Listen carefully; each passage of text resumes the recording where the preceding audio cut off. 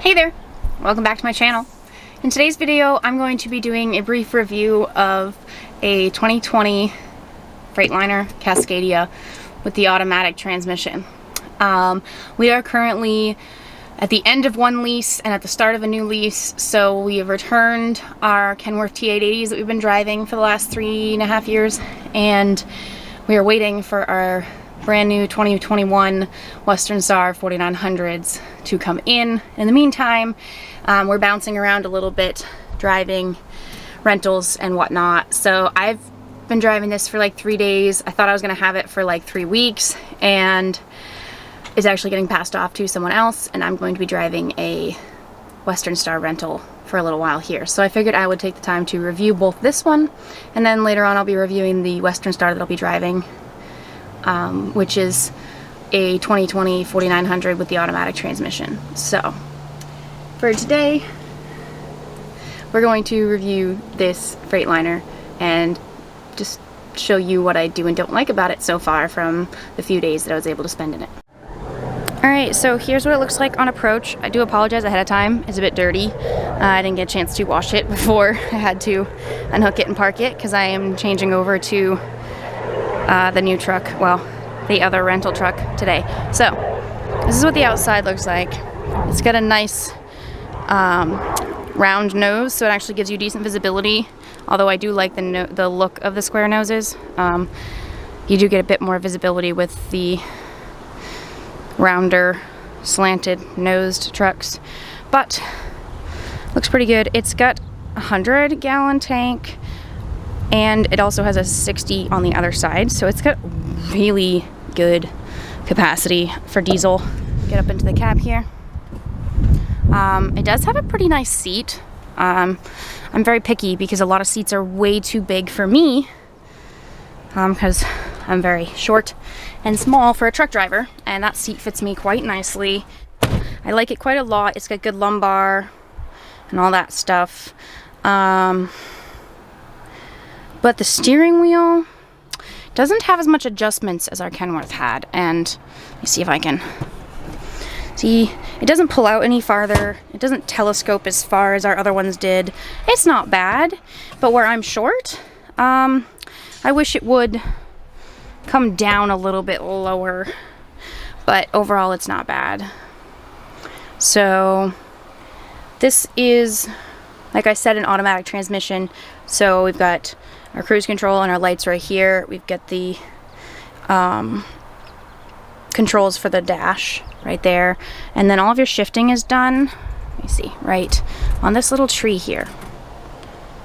And if I can get my camera to focus, that took a bit of adjustment because this tree has the shifting and the jake brake and all that stuff right on here. So manual and automatic is what this stands for. So if you push this button in, you can switch from one to the other.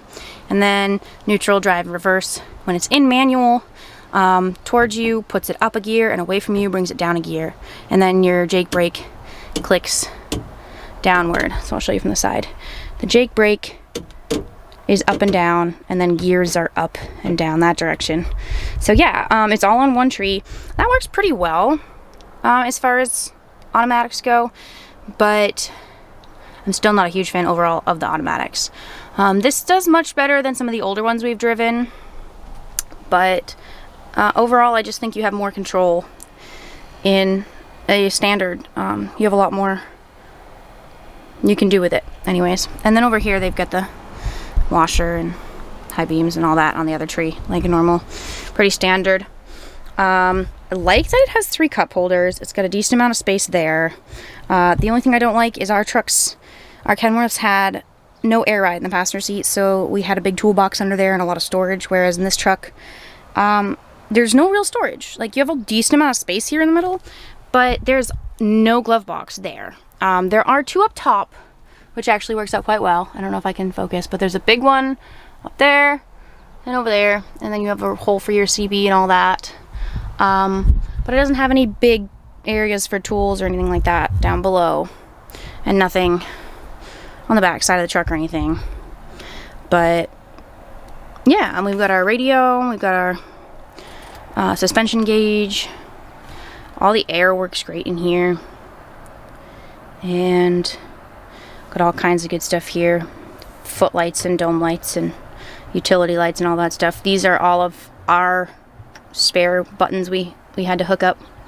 And then we've got all your axle lock and suspension air, all that stuff.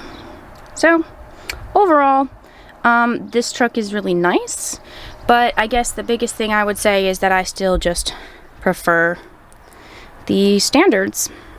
One thing I do like is that the dashboards in here are very flat. Like when I'm delivering somewhere, I do my paperwork over on that side on top of the dashboard, and I can literally just write right up here. Our Kenworths had slanted dashboards, and not a lot of them to do that. So that's totally random, but something that I liked is that, yeah, these literally like work as a table. Like you could literally sit in the passenger seat and eat your lunch on the table using that. It's just one little pro.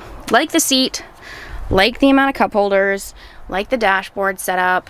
As far as automatics go, this one doesn't do bad, but I still prefer a standard, 100%. Not a huge fan of the mobility of the steering wheel. I wish it had a little bit more movement in it. And I wish it had more space for tools, you know, more storage of some sort. Because the ones up top are nice, but there's no big storage for tools or anything like that. So that's just my quick little rundown of this truck. Like I said, I've only driven it for like 3 days, so it's not by any means an in-depth review or anything, but I wanted to kind of give you guys a glimpse into it and what I thought of it in the very most basic of senses. As far as the automatic goes, I think I will probably always prefer manuals. They have come a long way with the automatics, but there are always going to be scenarios where I would rather have utmost of control. And with these, you know, you can put it in manual mode and shift it on your own, but it still doesn't shift quite the same as a human would. Overall, this one doesn't do too bad. There are times where it seems to get a little confused and it shifts a little too early because it doesn't really realize you're going up a hill or, you know, stuff like that. But what I tend to do when I drive it is I actually leave it in automatic, because you might as well just let it work its way up the early gears, like all the low gears. You don't need to shift everyone on your own, so you're not going to change much. So I just let it do its thing. But if I'm ever in a scenario where it's shifted too early or it's not shifting when I want it to, you can shift it manually while it's in automatic mode, if that makes sense. So you can just hit the shifter once and it will upshift or downshift, whichever you tell it to do, and then it will continue shifting normally as an automatic. So if it shifts too early, you can tell it to downshift back down, or if you want it to shift but it's not getting the memo, you can just force it to shift, and then it will continue doing it on its own from then on. So that's how I drive it. Some people just put it in actual manual mode and do every gear themselves. But like I said, as far as the low gears go when you're taking off, it's almost more of a pain to have it in manual mode, because it's not the same as shifting a regular manual transmission. So that's just how I drive it. That's what I think of the whole ordeal. I really do like these seats. Our new trucks, I got to look at one for the first time yesterday, and they're going to have a very similar seat, so that's cool. I think that those are going to be super comfy, because the older Freightliners did not fit me well. Absolutely hated the old school Freightliner seats. They just didn't fit me because I'm too short. But these ones have a lot of really great adjustments, and I think they're going to fit everybody better. It won't cater to a certain height or size person in some of the ways the older trucks did. So there's my little rundown. Not a whole lot else to say. I'm gonna go hop in my new rental truck, and it's parked right over there. I've got a Western Star that's also an automatic. It's a 2020 4900. I think I mentioned that earlier, but I'm gonna go drive that for a few days, and then I'll give you all a review of that one as well. So stay tuned if you want to see that.